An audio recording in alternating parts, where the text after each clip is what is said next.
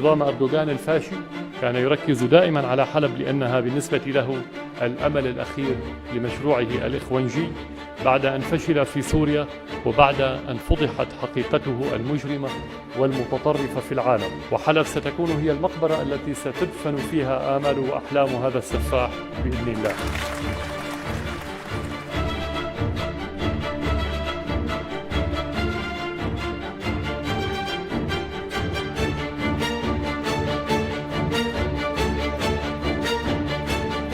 الأسد منتهي، ولكن ما زال يتكلم باسم أسياده ويحاول أن يستهزئ الشعب السوري باتهاماته الباطلة، لأنه يعرف جيدا من هو الذي خان الشعب السوري، من الذي باع سوريا، من الذي يتاجر بالحقوق السورية.